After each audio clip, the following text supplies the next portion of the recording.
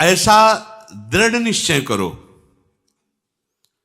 कि चाहे कितना सुंदर पदार्थ हो, चाहे कितना सुंदर रूप हो, चाहे कितनी महिमा हो, प्रभु के रूप, प्रभु के नाम, प्रभु की लीला धाम, ये अविनाशी, ये विनाशी, ये कितने दिन टिकेगा। वो धनुर्दास जी का एक चरित्र आता है, वो अपने पत्नी के रूप में बड़े आसक्त थे। ब्रह्मा जी ऐसी रचना किसी किसी के रूप की करते कि थोड़ा सा ऐसा आकर्षण होता है, लेकिन उन्हीं आंखों को जो संसार को देखती है। अगर आपकी भागवतिक महामहिम प्रियाजू की भावना करने वाली आंखें हैं तो सच्ची मानना जैसे मकान में आग लगा दे और खंडहर जैसा दिखाई देता है, या तो ऐसा पूरा विश्व दिखाई देगा और या तो उन्हीं की अंग कांति दिखाई देगी, दूसरा नहीं। कोई रूप ही नहीं। क्या रूप है, किसका रूप है, कहां रूप है वो? जो रूप तेरो रूप कहते नहीं आवे, उसकी भावना कर रहा है। ऐसा रूप कोट मनमथ लालजू का, उसको रूप को ये उधर दृष्टि नहीं, जागतिक दृष्टि है, तो उसमें थोड़ा सा आकर्षण उसको अपनी आसक्ति के कारण लगता है। वो इतने आसक्त थे कि पत्नी से नेत्र हटा ही नहीं सकते थे। जैसे सामान लानी बाजार से कुछ, तो धनुर्दास जी नहीं ला सकते थे, पत्नी को चलना पड़ेगा साथ। पूरी एकाग्रता समिटी हुई थी। तो जैसे धूप है तो रूप दर्शन हो और उसको कष्ट ना हो, ऐसे छाता लगा के बैग चलते थे उल्टा, पत्नी के रूप दे। बहुत से लोग उपहास करते, उनको कोई से फर्क नहीं था, वो बस ऐसे। आचार्य चरण से कुछ शिष्यों ने जाके कहा, प्रभु एक ऐसा स्त्रैण देखा, वो तो मतलब ऐसा, अच्छा इतना रूपाशक्त है, तब तो काम का आदमी है। नजदीक गए और कहा, भाई तुम इतने आसक्त हो, तो उनका ये रूप ही ऐसा, हमारी पत्नी का, हम इसके बिना जी नहीं सकते। बोले अगर इससे भी सुंदर रूप हो तो? बोले हो ही नहीं सकता, आसक्ति का विषय होता है, हो ही नहीं सकता। तो उन्होंने ऐसे स्पर्श होते या शुभों का नाश हुआ। और भगवान आचार्यों के अधीन होते हैं, वो जिसको चाहे उसी क्षण भगवत साक्षात्कार करा दे, बिना किसी भक्ति के अधिकार के भी। नरवाहन प्रभु निहार लोचन भर घोष नार, नक्षिक सौंदर्य काम दुख, जो अत्यंत दुर्लभ रूप प्यारोढ़ क्षमते इन अच्छी सुखादि नाम तो ध्यान गम। आचार्य चरण ने नरवाहन जी को ऐसे ही, जो हिंसारत भयंकर अपने अनुयायियों को लेकर के चोरी करना, मारना, काटना, सबको ऐसे नरवाहन प्रभु निहार, जगाई मधाई को ऐसे भगवत साक्षात्कार करा। आचार्यों के अधीन भगवान होते हैं। इसलिए बिना आचार्य शरणागति के रस मार्ग या कोई भी मार्ग पुष्ट नहीं होता, आचार्य आश्रय से। क्योंकि हमारी सामर्थ्य क्या है, पर आचार्य के बच्चा बन गए तो जैसे बच्चा बनने पर पिता की प्रॉपर्टी मिल जाती है, ऐसे आचार्य शरणागत को इष्ट देव का साक्षात्कार हो ही जाता है। जो आचार्य के दृढ़ शरणागत, जे ही रंगनाथ प्रभु का रूप प्रकाशित हुआ, छूट गया छाता, मुड़ गए और आजीवन के लिए मुड़ गए, दोबारा कभी नहीं झांक के देख। ऐसा रूप घृणा हो जाए आपको। देखो हमारी प्रियाजू की सेवा में जो सहचरियां हैं, लक्ष्मी कोटि विलक्षण लक्षण लसल लीला किशोरी सतई।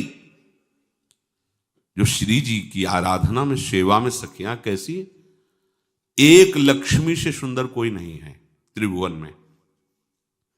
जब समुद्र से प्रादुर्भाव हुआ तो दैत्य देवता सब थे, कोई ऐसा नहीं था जो ना हो, सब मोहित हो गए थे, कोई नहीं बचा था जो लक्ष्मी जी के लिए लालायित ना हो गए हों। आज भी त्रिभुवन में कौन नहीं लालायित है लक्ष्मी जी के लिए? सब लालायित है। जय कुछ तो मिल जाए, एक अंश में मिल जाए, सब लक्ष्मी के लिए। लेकिन लक्ष्मी जी ने जो बिल्कुल लालायित नहीं थे, बिल्कुल देखा नहीं उनकी तरफ, उन भगवान श्री हरि के चरणों का आश्रय लेकर उनका वर्ण किया। इतनी सुंदर लक्ष्मी जी, कोई नहीं बकाया था जो लक्ष्मी जी से आकर्षित न हो गया हो। और यहां क्या वर्णन, लक्ष्मी कोटि विलक्षण लसल लीला किशोरी सतई राराध्यम ब्रज मंडले मधुरम राधा। हमारी स्वामिनी जी कैसी सखियों से सेवित हैं? एक सखी का सौंदर्य करोड़ लक्ष्मियों को आश्चर्यचकित कर दे, करोड़ लक्ष्मियों को मूर्छित कर दे। ऐसी सुंदर सखियां तो प्यारी जू कैसी होंगी? प्यारी जू जिनके लक्ष्मी जी चरण चापती रहती हैं, उन लाल जू को मूर्छित कर देती है, ऐसी प्यारी जू। अब कौन सा रूप भैया देखोगे? कौन सा रूप देखोगे? ये रूप देखो, ये वैभव। मन को समझाओ, यहां कोई रूप है? यहां कोई रूप वाले? थोड़ा सा ऐसे सफेद सफेद लगा लिया हो, ऐसे गाल लाल नहीं है, ऊपर से लाली लगा रही, एक एक बाल नोचवाकर भौंका। ये सुंदरता है? ये इसे सुंदरता कहते हैं? सुंदर बनना नहीं। सुंदर कौन बनता है? बोले सखी, जो इनको देखने आवे वो भी सुंदर हो जाए। आप देखो, प्रभु का भजन करके देखो, आपका हृदय सुंदर, आपकी वाणी सुंदर, आपका दर्शन करने के लिए हजारों लोग, आपका दर्शन क्यों? क्योंकि आपके अंदर सुंदरता की राशि, किशोरी किशोर का नाम चल रहा है, किशोरी किशोर का चिंतन चल रहा है, बड़े बड़े सब उनके दर्शन करने आते हैं। तो दर्शन किसका करने आते हैं? उस सौंदर्य की जो राशि है उनकी आराधना की, इसलिए उनका दर्शन करने। ये रूप कोई पांच भौतिक रूप कोई सुंदर है? ये रमणीयता जो तुम्हें दिखाई दे रही है, सुख जो तुम्हें दिखाई दे रहा है, ये मायाकृत आकर्षण है। रमणीयता देखनी तो प्रभु में देखो, सुख देखना है तो प्रभु में देखो। तो तुम अपने मन को या तो रागपूर्वक इधर लगाओ और या दोषपूर्वक उधर देखो, उधर से हटाओ, कहीं भी गुण नहीं, वास्तविक कहीं गुण नहीं। मन को दोष देखने पर ही हट सकता है। जहां जहां कई बार सुनाया है को राजकुमारी को देख करके एक साधारण कार्य, राजकीय कार्य करने वाले कि लड़के का मन आसक्त हो गया, और कहीं ऊपर छत में देखा रूप तो आसक्त हो गया, और उसको तो खाना पीना सब अच्छा नहीं लगने लगा। उसकी माँ ने बहुत भाव को ताड़कर पूछा कि बेटा आप हमसे मत छुपाओ, क्या बात? तो उनका आप तो मेरे को मरना ही है, क्योंकि उपाय कोई हो नहीं सकता। मैंने वो रूप देखा ऐसा उसका, अब मैं जीवित और मैं प्राप्त कर नहीं सकता, जानता हूं। एक छोटी सी राजकीय सेवा का कार्य करने वाला राजकुमारी का कैसे अधिकारी हो सकता है? मां ने विचार किया कि अपने बेटे की रक्षा के लिए एक बार राजकुमारी के पास जाऊंगी, चाहे मृत्यु दंड क्यों ना दिया जाए। ये मां का हृदय होता है। वो गई, प्रणाम किया और कहा आप हमारी पीड़ा को समझ सकती हैं।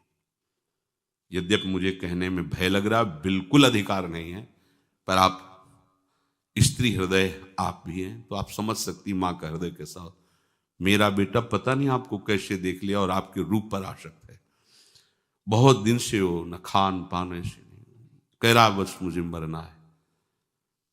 तो सत्संगी थे, विवेकवान थे, उनका बिल्कुल घबराने की जरूरत नहीं। अपने बेटे से कह दो 8 दिन बाद हम मिलेंगे, खाओ पियो, महल लिवा लाना।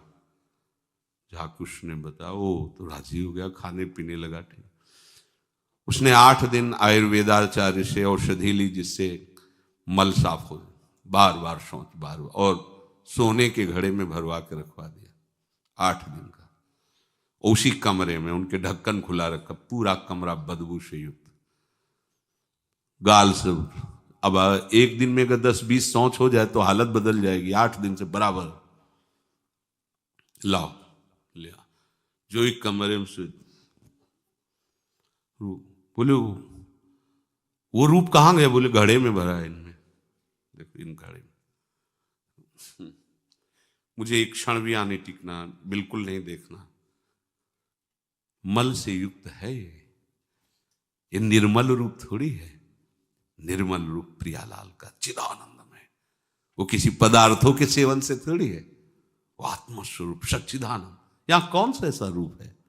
कौन सा ऐसा पदार्थ है, कौन सी ऐसी वस्तु है? मन को विचार के द्वारा दोष पैदा करके या इधर राग पैदा करके प्रभु की तरफ हटाओ। दूसरी बात ये, नियम की बड़ी मार मन पे पड़ती है। मन को मारने के लिए नियम का बहुत पालन करना जरूरी है। आप अपनी दिनचर्या ऐसी बनाएं, या गुरुजनों से जो पास हुई दिनचर्या, आपके पास प्रातः काल से शयन काल तक 1 मिनट भी खाली नहीं होना चाहिए। ये आप देख लो, जो अभी तक चर्चा हुई वो पूरे संसार में दोष दृष्टि करके भोगों के प्रति या प्रभु पे महत्व बुद्धि करके छोड़ दो, राग छोड़ो। वास्तविक कहीं सुख नहीं है। आप लोग देख लीजिए, विवेक से देख लीजिए, अभी तक सब वही करते रहे हो जन्म जन्मांतर। अब हमको मन की ये जो बलवान वृत्ति है, प्रमथन स्वभाव वाली वृत्ति है, इस पर अंकुश करना है। कैसे करना है? प्रातः काल जगने से लेकर शयन तक 1 मिनट भी आपका खाली नहीं होना चाहिए, आपकी दिनचर्या में होना चाहिए। नियमित दिनचर्या बनवा लीजिए या बना लीजिए अपने बड़ों से, अपने पूज्यजनों से पास हमारी ये दिनचर्या, जीवन में उसका उल्लंघन नहीं होना चाहिए। ऐसी दिनचर्या नहीं, कागज वाली दिनचर्या नहीं, आपकी वास्तविक दिनचर्या जो है वही होनी चाहिए। जिस समय जो आदेश हुआ है कार्य का, आपको उसी समय वही कार्य करना है। इससे मन तुम्हारा मरेगा, मन के अनुसार। यहां क्या है कि रोज सुनते, आज नहीं सुनेंगे सत्संग, क्या है सुबह तक, रोज वाणी पाठ में जाते नहीं जाएंगे, 6 बजे तक सो रहे हैं, शाम की रात्रि तक, या जैसा, ये ठीक नहीं। चलो आज ऐसा कर ले, नहीं ठीक नहीं, जो नियम दिया गया वैसे ही चलो। अगर नियम से चलोगे तो उससे लाभ क्या मिलेगा? एक तो परमानंद की तरफ बढ़ रहे हो, दूसरी बात आपका मन मरेगा। मन नियम से मरता है।